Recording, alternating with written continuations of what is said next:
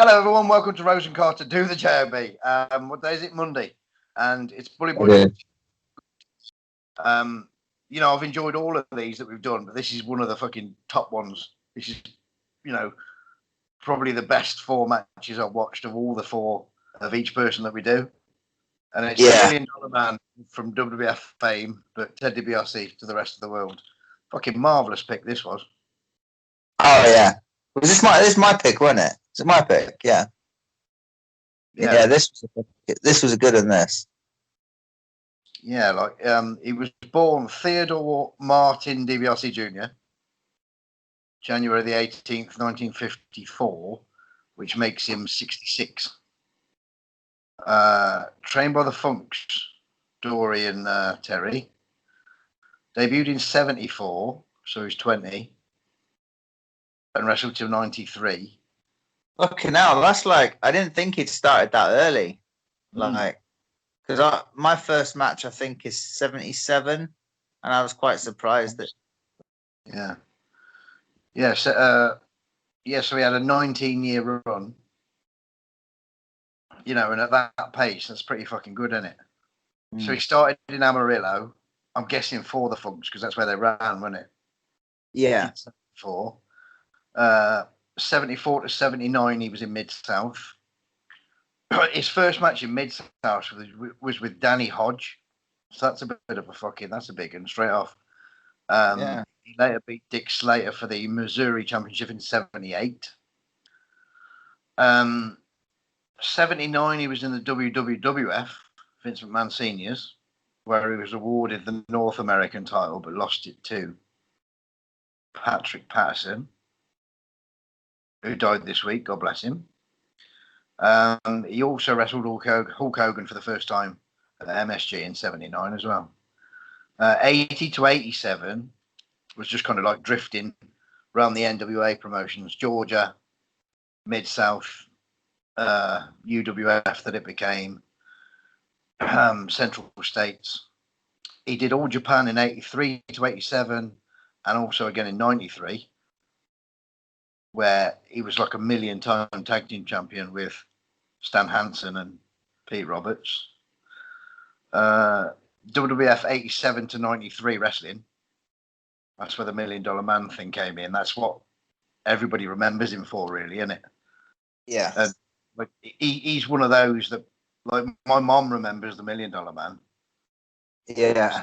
One of them etched on people. It's like Hulk Hogan, Ultimate Warrior, fucking $1 Million Man, Jake the Snake, Yeah. It was exactly right. You are like a proper household name. Yeah, it was around about that era where they all were, weren't they? Like that fucking group of guys that, the early 90s, like late 80s. Yeah. Yeah, there was just something about them that people remembered, Then they've got same as my dad. Yeah, she remembers the Bushwhackers and Duggan because the wood, and the Bushwhackers because the arms, and the $1 Million. Fucking, there's just something of each of these people that stick in their head. 94 to 96, he managed in the the $1 Million Corporation, which I thought was great. I loved it when they had Nikolai, because Nikolai had no money, so he had the cent sign on his. Yeah, it was brilliant. He was my favourite $1 Million Corporation person. WCW managed the NWO. Didn't really care for it, but I didn't like the NWO once it was more than 3 people. I didn't give a fuck. No, it was stupid. It was watered down, wasn't it? It was a great. The Hogan leg drop thing on Savage to make him a heel was fucking legendary, and that Ash Hall and Hogan as a team, and then it just became everybody. That's the thing. That 2 months on one show. Yeah, the concept of it, the fucking idea was brilliant. Like, the actual whole plan of the NWO and what they stood for was a great idea, but it just kind of, and then it literally had every fucker. There was more NWO than WCW, I'm sure at one point. There was fucking everyone in there. When Virgil and Scott Norton and fucking, the one that was IRS, VK Wall Street or whatever it was, people that didn't really need to be there. It was bollocks. Right. So after WCW, he was backstage in WWE, 04 to 08, and 09 to 2019 apparently, Right. which I didn't know about. This is just what Googly tells me, so it's got to be true.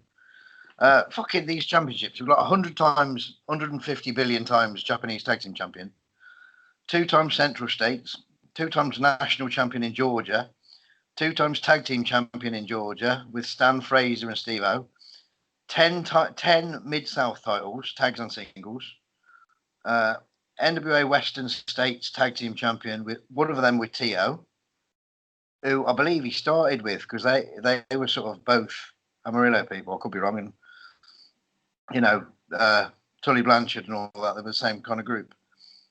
2 times Missouri champion, Texas All-Star champion, the $1 Million champion. Don't know why I wrote that, really, because he's not really a championship, but we'll roll with it. 3 times WWF tag team champion with Irwin Noah Shyster. King of the Ring in 88. He was even 24/7 champion. I don't watch it now, so I don't know what the score is, but, you know, that even brings him to modern wrestling fans. He gets seen by them. He was the PWI most hated wrestler of 1982. And he was ranked 32 in the top 500 wrestlers of the PWI years. So when you think of, I don't know when the PWI started, fucking 79 or something, to be ranked 32 out of all the people from those years, that's fucking right up there. Mm. Yeah, about him. So your first was 77, right? Actually, I've just rechecked it. It's actually 79. Shall I go first with my 77? Yeah. I'm in Japan for my 77, All Japan, versus Kim All right. Duck, who was Tiger Chung Lee in the WWF. Okay. I didn't know what to expect, to be fair. I like All Japan matches, rather, especially when there's somebody that you recognise, you know, because I recognise both of these, all right. Yeah. They're both in green, so if you're watching it and you don't know who they are, they're both in exactly the same fucking outfit, which is odd. It's joined sort of in progress, and Ted's in a leg lock. Kim's proper fucking stomping the shit out of it, proper working the old, like. The whole match reminds me of those sort of friendly British wrestling matches, because the people watching are quite quiet, but they're not quiet because they're bored. They're quiet because they're proper intent on watching the competition. Yeah. Ted's a proper sort of gallant baby facing this. You know, he's always clawing away and fucking trying to find a way of escaping these fucking mysterious holds that Kim Duck's putting him in. Ted fires up in the corner with like Dusty Road style punches. And then fucking Kim just fucking cuts him off with almost like a chop to the knee, which is pretty cool. It's all very believable, like all of it proper believable. Right drop kick from Ted, right on the fucking noggin. Gut wrench suplex. Kim's fucking great. The timing and like subtle little, because Ted's proper new at this point, really, and he's always 3 years in. And Kim Duck's proper established in Japan. You know, I believe he's Korean, Kim Duck. But that's his. He's established, and he's giving this young new babyface fucking plenty. He's not, he's not greedy at all, and he's fucking the little comebacks. He waits exactly the right time just to do it. Really good. Proper sort of heavyweight British style match. It reminds me of. Anyway, the finish. Ted tries to slam Kim Duck, and halfway down, Kim rolls him over. So it's Kim that ended up on top. It was very cool, very well done. And then there's a handshake at the end, and then the place all claps and they all cheer, and everyone's lovely. It was really enjoyable. I really enjoy old All Japan matches. On a Facebook page that puts some bouters on, really fucking good ones. I don't like it much when they're all Japanese, simply because I don't know who they are. Yeah, I'm the same way. You'll get dream matches there because you wouldn't see AWA people against fucking NWA people or WWF people or whatever. unless you're in All Japan. So it's fucking bouting. Really good. Not that that was a dream match by any stretch, but you know what I'm saying about All Japan. Yeah, definitely. Well, you're first, 79. Yeah, have you got one from 79? Yeah. I don't know if it'll be the same one as me, but actually, I've got from June the 19th, 79. Is yours Pat? Yeah. Do you know, I was going to watch Pat because we should have watched Pat because of his death. Yeah. But I did. I watched Mine's Greg Valentine from like 2 months later. All right. Okay. Yeah. I thought with the situation, I thought I'm going to watch Pat. So I watched this, and this is the one I messaged you about. Fucking phenomenal. Absolutely fucking phenomenal. And it's one of them matches as well. I wrote at the end of it. I wrote quite a lot, but I wrote at the end of it. It's like the fucking perfect example of of not doing much, but fucking letting, just making it mean so much. Like it was fucking brilliant. I'll run through it and, it was so good. Obviously, Ted's the face. It's for the North American title. It's the one that you mentioned earlier where Pat beats him for it. Yeah. Right. So the jump start by Pat, fucking brilliant. Jump start. Dibiase's not even got his fucking jacket off, and like it looks like he's fucking really beating the fuck out of him here. Dibiase's in the corner after being beaten by Pat, and then fucking the referee's trying to get Pat back. As the referee's getting Pat back, fucking Dibiase fucking fights back against Pat, throws his jacket off, fucking knee drop right to the schnoz, gets a 2 count straight away. Beautiful drop kick by Ted, and fucking Pat goes through the ropes to the outside. Fucking brilliant start. Pat rolls it, Pat rolls in the ring, fucking after just getting drop kicked out of the ring. He rolls in the ring. Dibiase just goes straight on the arm, fucking like wrist lock and everything, just going straight for the arm straight away. Then he's got him in an arm bar. It's Vince and Bruno Sammartino on commentary as well here. And but anyway, yeah, I thought I'd just throw that in there. And so anyway, there's an arm bar. Bruno's commentary is pretty fucking ropey, isn't it? Yeah, it is quite ropey, but I fucking can't stand Vince on commentary, so it's a fucking no-go. I should have watched it on mute, to be fair. But what a maneuver. You are. What a maneuver. What a maneuver. Yeah, he only says that because he don't know the fucking names of it, doesn't he? So he just fucking. But so yeah, he's working on the arm, massive long arm bar here, working on it. Fucking Pat, it's quite a real good story how they keep going back to the arm, but like, so he's got it on the arm bar. Pat fucking works his way up off the ground, still in the arm bar, but he shoots Dibiase off the ropes. Dibiase comes back, tackles him. Fucking as he tackles him, Dibiase hits the ropes. Fucking Dibiase does a running leap over Pat. Fucking Pat turns around into a drop kick again. Arm drag on Pat and then back onto the arm bar. Boom. Fucking Dibiase, after seeing the drop kick that he did in that match in Japan, and you know, you mentioned him doing 2 here. It's a Jim Brunzell quality drop kick, isn't it? Oh yeah. This one's fucking, I wrote earlier on that it was a fucking beautiful drop kick right to his fucking like head. Like it was beautiful. And then, so he's on the arm again, fucking ramming the knee into the arm on the floor, like the fucking knee drop thing that you do. And like, as he's doing it, the fucking crowd are going wild. So he's got Pat's arm on the floor. And you know the whole thing where you do like a handstand and fucking drive your knee into the fucking arm. Like, he just keeps doing that, like bam, bam, bam, like fucking and then like it's got to a point where it's almost like a 10 punch, but with a fucking knee, like just in the arm, and the crowd are absolutely going. I'd just say that in the Greg Valentine match, he's got him like hammer locked, and he's kneeing him in the back, and the people are counting, just like the 10 punch. Right, yeah. So the crowd are going absolutely wild for it. Still on the arm here, then shoots Dibiase off the ropes again. Fucking. This is fucking brilliant. So he shoots Dibiase again from the arm bar, fucking hits Dibiase with a backdrop here. So fucking Pat's temporarily in control. Dibiase takes the backdrop. Patterson runs up to him, does a massive fucking splash. Dibiase rolls out the way. Fucking Pat feeds himself up. Dibiase arm drag. bam, back on the fucking arm. Fucking beautiful.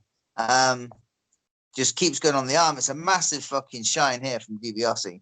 And then finally, again, they're still in the armbar. Like, it's all been all the fucking arm since the first fucking armbar. Armbar, and then fucking shoots Dibiase off the ropes for the third time. But fucking this time, instead of Dibiase getting like the upper hand and then back on the arm, shoots Dibiase off the ropes. He comes back and fucking Pat just bypasses him through the ropes. Through the ropes he goes for the cutoff. Fucking brilliant. Absolutely brilliant. And then he's not letting him in. Dibiase's outside after fucking being bypassed. He'll kick him in the fucking head as he's trying to get in and stuff. And then he'll reach through the ropes and fucking ram his head like onto the apron, like as Dibiase's still outside the ring. And then finally Dibiase fucking drags him out the ring. So they're both outside the ring now. Beats him up a little bit, beats Pat up, fucking rolls him in. I think he whips him off.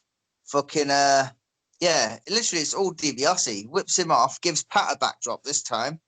Fucking Pat feeds up, takes the head, and then fucking Pat fucking throws Dibiase into the ref. The referee goes down, clonk. So it's literally been all Dibiase on the arm, like the whole fucking match. Bar the jump start at the start. And then fucking when the ref's down, Pat grabs the fucking knuckles, I guess in his fucking trunks or whatever, fucking nails Dibiase. The referee comes to. Simple as fuck. 1, 2, 3, boom. Fucking there we go on. Over. New champion. And I wrote fucking the end, I wrote flawless, beautiful, so little meaning so much. Fucking textbook match. Like literally, I can't fault any of it. Like it was literally, like I say, all Dibiase. And Pat literally, he done the jump at the start and then he done the knuckles at the end. There wasn't really any heat as such, apart from that 30 seconds he wouldn't let him get in the ring. You don't need it if the fucking, especially if the babyface is over. You know, you don't need the heat in the middle, otherwise. You know, sorry, if the villain is over. Yeah. If the villain's winning, if they have all the heat, then they've dominated pretty much everything. So it's fucking ideal. You know, and you know, he's a new babyface, Ted was. It's Pat almost handing the fucking torch, isn't it? Going, here you go, new boy. Yeah. It was fucking it was such a good match. Have you ever watched it? Have you ever seen that match? No. You need to watch it. No, I don't think it's that long. I'm gonna say like maybe 12 minutes ish. Fucking beautiful though. I just kept watching it thinking it's so easy. It's literally so easy. Like it's such a simple match. And you could do that today, and I know the crowd will fucking love it. They won't fucking shit on it because it wasn't dull by any stretch. If they told a story, they kept going back to the arm, and then they kept going into another spot that would go back onto the arm. It was fucking. It all made sense. Brilliant. So, gosh, that sounds a good one. Yeah, mine WWF 2 months after in the summer of '79. The only reason I picked this is it was from Gary Michael Capetta, the ring announcer. all right, yeah. Should be ring announcer. He put it on Facebook the other day, not long ago. Right, okay. And it was from a TV show that the WWF did, but only it was a live weekly TV show from Atlantic City and the Steel Pier. It was like on the pier. It didn't last long, the TV show, but it sort of drew me in just because it was a live TV show in 1979. Yeah, Greg Valentine, Ted and Greg. It's primarily grappling, but you know, Ted's fire is fucking awesome. I haven't written a great deal because there was lots going on. It wasn't your standard Greg match that's quite a slow start. I mean, it was fucking off from the start. This one was. Right, okay. You know, Ted proper. I noticed Ted bulked up as well. Like the first was 77, he was quite slim. When now he's got a chest on him. So in those 2 years, he's been fucking, you know, he's been in the gym and he's been piling the pies in as well. But Ted's fire is fucking amazing. To me, I put it's a traditional sort of mid-card kind of match. Right. You know, where they're not out to get, you know, babyface or villain heat. They're out to get more wrestling heat because they probably know the main event might be an Andre style sort of buoy cheery kind of thing. There's plenty of action, fucking back and forth all the way.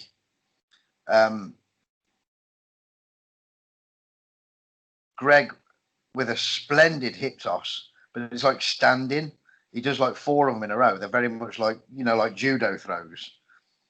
Right, yeah. Fucking sticks out. Greg works on the leg, but Ted fights it. There's a figure 4 attempt from Ted. He's kicked off.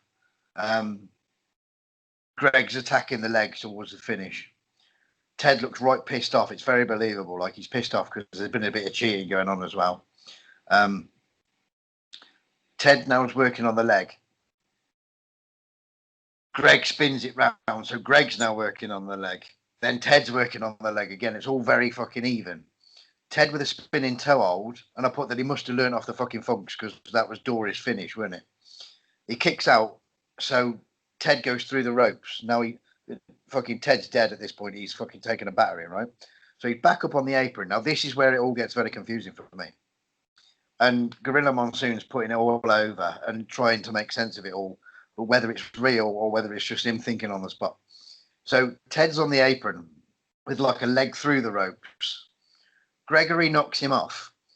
Ted goes out the ring again, like off the apron, but his legs caught in the ropes. So he's just kind of dangling. Now, the referee counts to 5 and then stops the match. Right.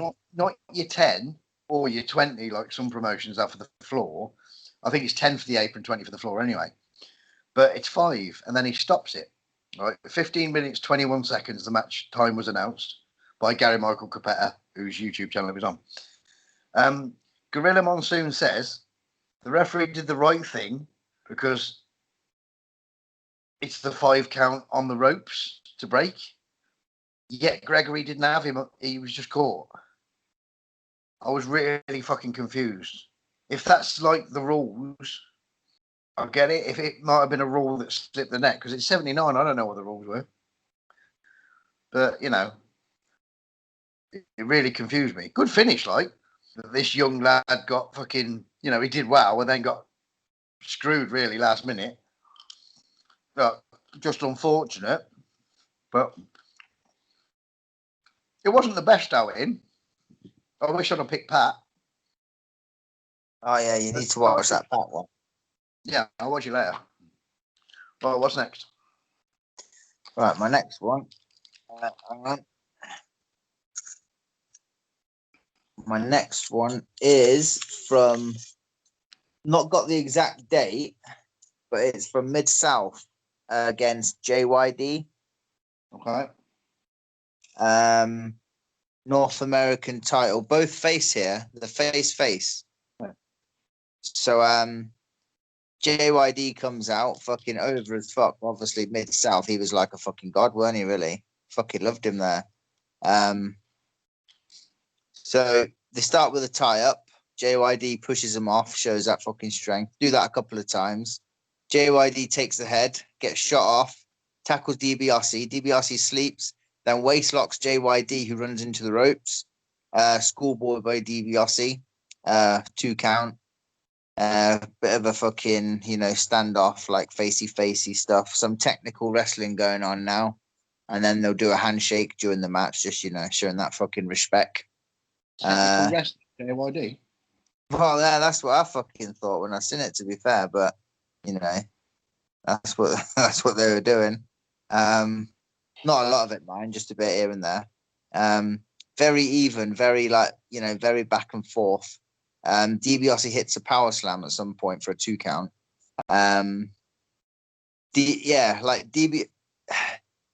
It's not really a long match. DiBiase goes for the figure 4. JYD kicks him off as he goes around. DiBiase then goes over the top. Fucking DiBiase's fucked up on the outside. JYD helps him, obviously being a nice guy and everything that he is. But there's a bit of a bit of a switcheroo going on here, where JYD helps him in, Dibiase goes in the trunks and grabs something. I'm guessing it's the fucking coal miner's glove. Is that where the whole shit started? Highly Because likely, yeah. That was pretty I big know, in the Mid South, wasn't it? yeah, and they just kept talking about, because at first I thought it was Knox, but then they were on about a glove, so I'm guessing that's where it Ted came had a from. little leather glove. Yeah, yeah. I didn't actually, I couldn't see it properly, but I think that's what it must have been. And then he goes in the trunks, nails him, boom, 1, 2, 3. Fucking, it's a very good match, but I think they were just telling that story of him turning heel and setting up the coal miner, because they done the coal miner's glove, didn't they? Like, quite like you're saying, it's quite big in Mid South. So Yeah. I don't know if this is kind Yeah, of where stuff it, with the coal miner's glove as well, didn't he? the what? He did stuff with Duggan with the coal miner's glove as well, didn't he, Ted? Yeah, that's what I've seen, but I'm guessing that would have been after this then, because if Ted was a because Ted was a face here originally, and he never really, I wouldn't have thought, unless he was So heel this would have before. been what, like 83-ish? Because JYD would have been in WWF by 85. So it'd be Right. 83, 84, this one. And then the Duggan stuff would have come sort of 85, 86, I guess.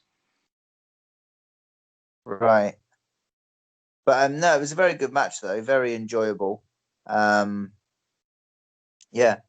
And I quite enjoyed the finish as well. To be fair, like setting up that heel turn, but yeah, no, it was good. It was all right.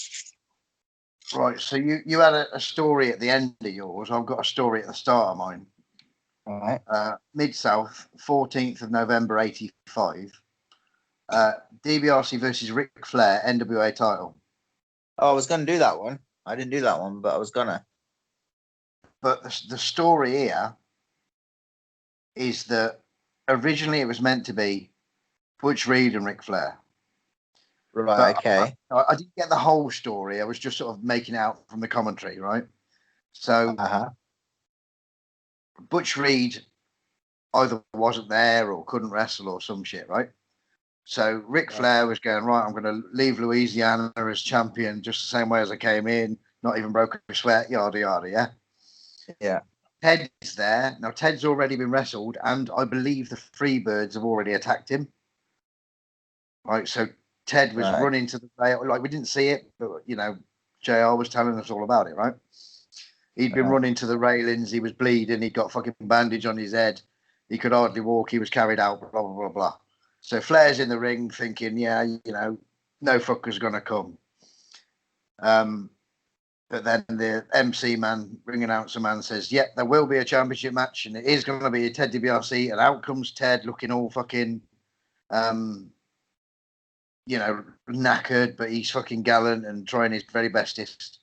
He's already bleeding when he gets to the ring because of the battery that he's had earlier on. But he's all fucking out. He's selling like fuck, still sweating and fucking hobbling, right? Flair jumps in. This is fucking bouting match. This, to be fair, and right good story. If you'd have seen the attack and stuff, and maybe the reason why Butch Reed wasn't there, be even better. Which I'm sure is available somewhere. So yeah, Flair's jumped. Flair throws Ted out of the ring straight off. Bosh. I've put Ted was previously attacked. I've already told you that. By this point, bear in mind, this is 85, but he looks like the $1 Million Man already. He's got that look rather than the young baby face. He's got like he's a fucking man now.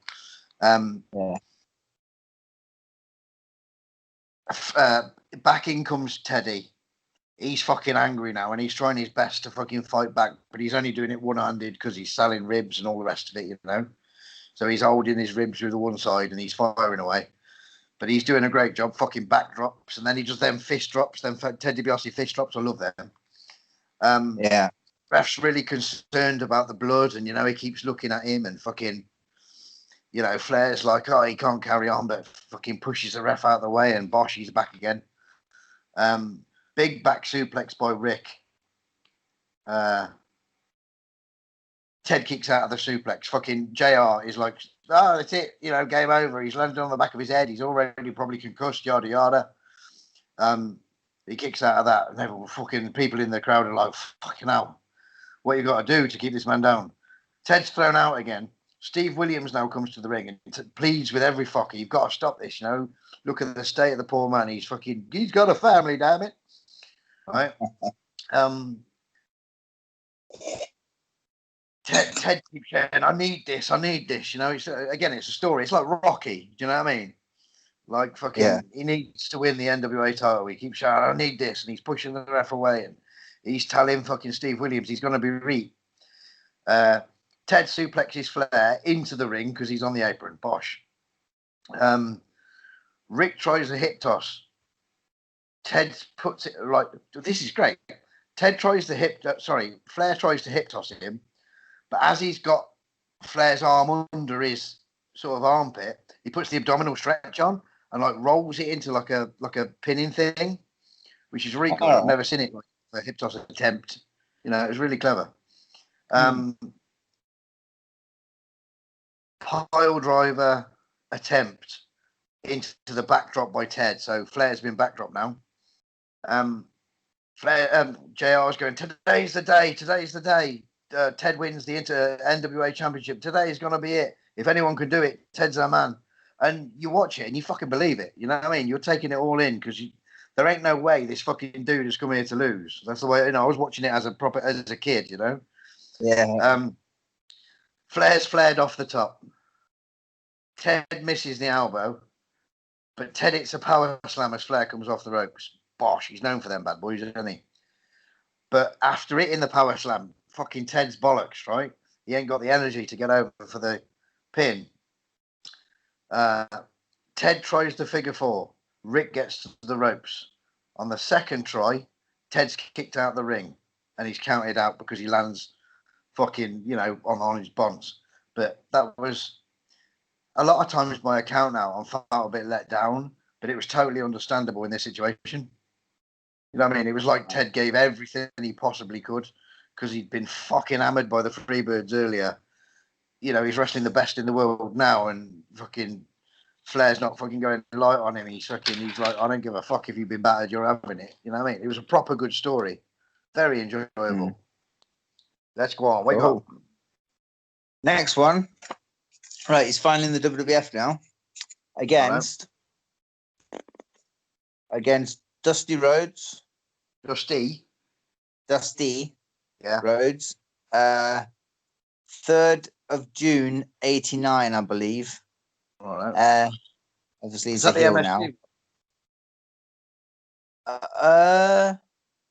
Because I saw a couple on there. Some from TV and then one from Boston and one from MSG. I can't remember where it's from, actually. I haven't wrote it down. No idea, but it must have.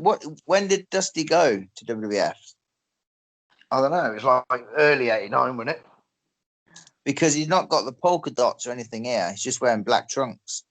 Okay. So I'm guessing, like, did he arrive with the polka dots or did they add them later on? I'm not sure. I really couldn't tell you. Because, I thought I was going to see the old fucking dots. I've seen him the Undertaker's debut, he was in fucking black, weren't he? Oh, was he? I can't remember, actually. So, he's just wearing plain black trunks here. So, it starts off with a Dibiase promo in the ring, saying that he's doing an angle with Jake at that point, saying that fucking because Jake was meant to be there, and he's saying that Jake's injured, but he's like running his mouth saying, nah, Jake's just scared. That's why he's not there, kind of thing. I was expecting to see Jake after this promo, but he wasn't there at all. So anyway, he offers Dusty money when Dusty comes out. He's like, look, I'll give you these fucking spondoolies if you just want to, leave and stuff. Dusty's like, nah, you're right. So anyway, fucking Dusty fucking pops DiBiase right at the start. Money flies out everywhere. Fucking DiBiase powders. Fucking Dusty picks up all the money and just goes around the crowd giving everyone some fucking cash, which was quite a good little spot. To be honest, literally like fucking $100 bills and everything just to the front row. DiBiase's fucking not liking that at all. Then he gets back in, DiBiase, he fucking runs at Dusty, and Dusty just starts fucking lighting him up, elbows to the fucking noggin, punches here, punches there, fucking everywhere. He powders again, brought in the hard way. Fucking Dusty doing some more shining, hits an atomic drop, and over the top goes DiBiase. He takes that beautifully, doesn't he? Atomic drop, and he goes Great. fucking The way he hits the ropes as well, he like going, going, out you go. fucking brilliant. Crowd are exploding. Crowd are going fucking brilliant. Fucking DiBiase gives him a knee to the guts.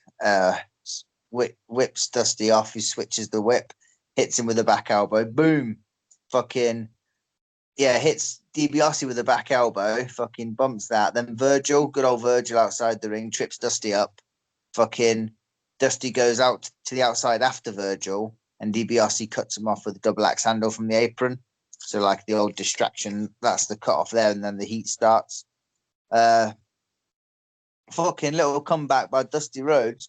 Hits a fucking beautiful drop kick. Dusty does. Fucking never seen anything like it. Fucking beautiful it was. Fucking that's some weight, isn't it? DiBiase somehow gets back in control, puts a chin lock on Dusty. Crowd are really into this. Like fucking Dusty's arm drops twice, not the third time though. Oh no. Fucking fighting back, hits the ropes, then a knee to the gut by DiBiase, cuts him off. DiBiase comes off the top, and then Dusty catches him in the gut, and he does that old flip, with a fucking shot to the gut. As well, isn't it? It's great that. Yeah. And then basically the finish comes not long after there. Fucking after he's taken the shot to the gut, DiBiase's down. Then fucking Virgil comes up on the apron. Dusty grabs Virgil. DiBiase runs at him. Fucking moves out of the way. Clonks Virgil. Roll up. 1, 2, 3. Dusty over. Simple as that. Very good match it was, actually. It was very good. Entertaining. Textbook, simple, fucking good against bad, that, isn't it? It was brilliant. And perfect use of the manager as well. Not too much, but just there to fucking, do what needed to be done, really. But yeah. Sweet. But very good. My last one was my favourite one. And this might make me a hypocrite, really, in some ways, but it was fucking... It was a lot of things that I don't normally like, but because it was from this era, it wasn't stupid, if you know what I mean. It's UWF March 87, right? And it's Ted DiBiase and Sam Houston against Chris Adams and Terry Taylor, right? You don't get a lot better than those four in one match anywhere ever, in my opinion. Right? They've all got their own unique reasons why they're great, but they're all baby faces, but they're all fucking, gunning to be the best team possible. Chris Adams and Terry Taylor are the tag team champions here, but it's non-title. Okay. I've put that if this match was for this time period, right, 87, this match would have been like us now watching AEW. You know what I mean? It was like fucking all bish bash bosh, right? Right. Yeah. I can imagine people that were fans of fucking 60s and 70s wrestling watching this match going, what the fuck is this? Like this ain't wrestling. I can imagine it. Like, which makes me a total hypocrite. But this is fucking to me, this was beautifully timed and beautifully done. And you ain't gonna get better than any of these four people. It's announced at the start it's a 10-minute time limit, so you can almost take it to the bank that it's going to be a 10-minute time limit, because they tell you. Terry and Sam start right off with the fucking running spots. There's an amazing cross body by Terry Taylor, like right high, and fucking Sam jumps up to catch him. It's a beautiful thing. It's all fucking quick as a cat. It's fucking, but it does make. Watching AEW, these are fucking Greg Valentine. But for wrestling at this period, like I said, the old boys here would have probably been like, you need to slow down, son. But this is fucking brilliant. Sam on the arm, Ted's in, all the exchanges are happening. Chris Adams comes in. It's all very friendly. Ted with a backdrop, but Adams lands on his feet. Ted turns around, fucking drop kick, bosh. There's 300 pin attempts. I thought in 1987, the speedy match would have been AEW. Not much I can say about it, really, other than the fact that it's because you can't write it down quick enough to fucking do it. Do you know what I mean? But it's so good, perfectly timed. Everything made sense. Terry Taylor was the fucking standout for me in this match. Like I said, they're all amazing. But Taylor there was just something about Taylor in this match that he was the fucking standout performer. Do you know what I mean? Everything was crisp as fuck.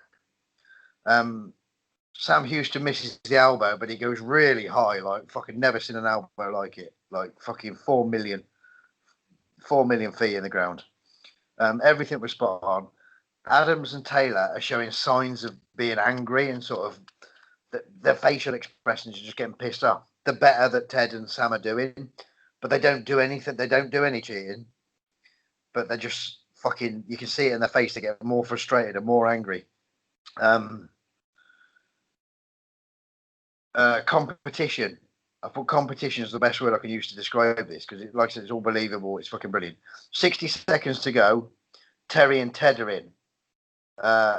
All the fucking pin attempts. Both missing things. Roll-ups and fucking small packages and all sorts of shit going on. Taylor tries the figure 4. Ted tries the figure 4.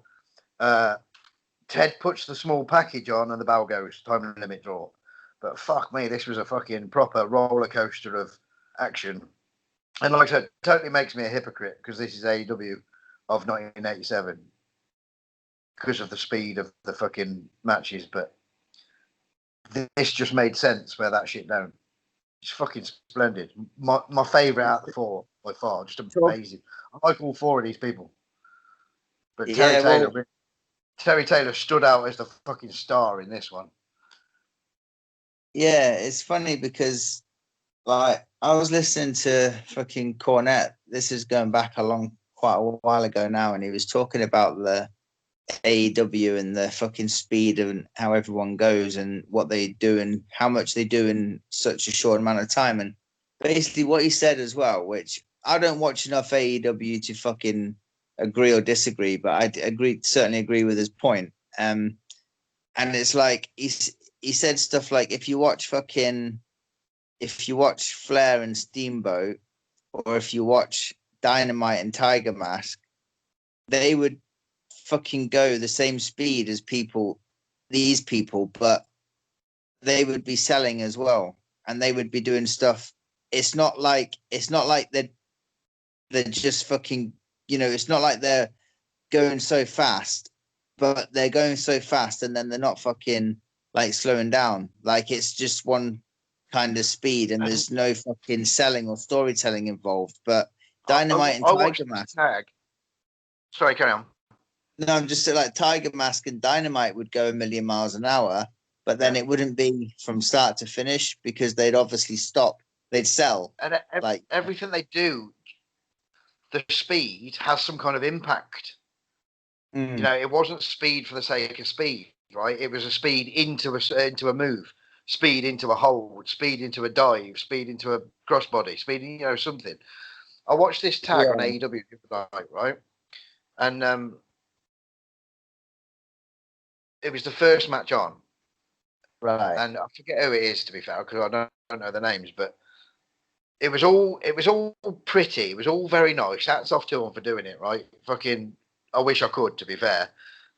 But everything they did was acrobatic, but all the speed meant nothing because it was like one will run, the other one will run towards them, and then they'll dive over him, and then the other one will come back, go towards him, and they'll dive under him, and then the other one will come back, and then they'll fucking swing something, and they'll duck that. It was all wasted because there was no impact. Do you know what I mean? They were missing everything. So there was no actual connection until fucking 6 moves in. Whereas, that fucking crossbody that Terry Taylor did was speedy as fuck and high as fuck, but it connected. So that's the whole idea of the game, is to fucking connect with somebody to get them on the floor to pin the cunts. I thought, but I don't know. Well, yeah. Nearly got that wrong. You got one more? Yeah, my last one. Well, I went with this one because, well, I don't really know why I went with this one, to be honest, because it's not somebody I would fucking choose to watch. But I just wanted one from this era because I hadn't had one from the 90s yet. So I got one from the 8th of July, 91, WWF versus Sid Justice. Fucking You know, hell. Of all the ones you could have picked. I know. So I've gone for the mighty Sid. Sid's like, this was 91, so Sid was kind of a face here, weren't he? But Yeah. he was a face until he turn heel like early 92. Is that Royal Rumble time when he fucked over Yeah, Hogan? because there was the stuff after the Rumble. He was facing the Rumble, weren't he, in 92? And then Yeah, they did the tag in Saturday night's main event tag where he walked off with Hogan. right. Yeah. So he was a face here then. And the barber shop shit where he smashed Yeah. the barber shop up. Yeah. Right, yeah. So he's a face here. It's only like a 7-minute match. So basically, fucking another one involving the manager. Sherry distracts Sid. Sid jumps out. DiBiase, same as before actually. DiBiase with a double axe handle from the apron on Sid, but Sid, being Sid, unfazed, fucking just like, is that all you got kind of situation. Fucking Sid comes in. Sid nails him. Fucking knocks him over the top rope. Fucking brings him in the hard way. Atomic drop, and over the top he goes. A lot of fucking similar stuff that I've already fucking watched. But then he pulls Sid to the outside, DiBiase, and then they're both on the outside. Fucking he takes Sid's head outside, but Sid pushes him off into the post, then throws him back in the ring. Ted's in the ring now. Sid comes in after him, whips him off, gives him a big backdrop. Boom. Fucking then fucking Ted's on the floor. Fucking Sherry's distracting the ref while DiBiase grabs Sherry's purse. Fucking nails Sid with the purse. That's actually the cutoff that starts the main heat, to be fair. Every time he's pinning him, Sid's like making Sid look like a fucking monster because he's kicking out and DiBiase's flying. Like fucking every time he's covering him, it's 1-2 and he kicks out and DiBiase's fucking like shooting off in the air. Fucking crazy. Then he misses the old fucking back elbow that he misses in every match he ever has. Yeah. He's I'd never like fucking hit one. If he ever was to hit one, that would be the most dangerous thing to take. It would. You don't want to be under that bad boy. I fucking wouldn't. But it's like fucking Flair every time he goes to the top. Is he going to hit this one, or is he just going to get fucking thrown off? I'd love somebody not to be there one time. You know when he gets flared off. Just one time, someone to just stand there and go, "Go on, then. What are you gonna do?" So yeah, Sid does a massive fucking splash in the corner, like a stinger splash thing. Boom, whips him into the other corner, runs in with a shoulder, but fucking DiBiase fucking moves and he hits the shoulder. Bam. And then the finish comes out of nowhere, really. Fucking Sid's just missed the shoulder in the corner. So then DiBiase goes to whip him to the ropes. He switches the whip. DiBiase comes back, and Sid just kicks him in the stomach, picks him up for the power bomb. Boom, 1, 2, 3, finish. I said it was an okay match, to be fair, considering it was like the worst of the 4, but it wasn't like bad. To be fair, it was just not as good as the others. But yeah, it was all right. I wasn't expecting a powerbomb finish on Ted though. You are. I wouldn't be expecting a powerbomb finish on Ted, to be fair. No, I wouldn't have, to be honest. But there we go. I didn't think he was going to hit it when he set him up for it.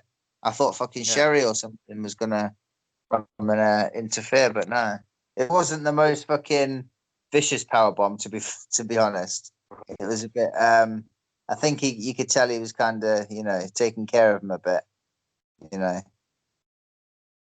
Good on him. Good on Sid.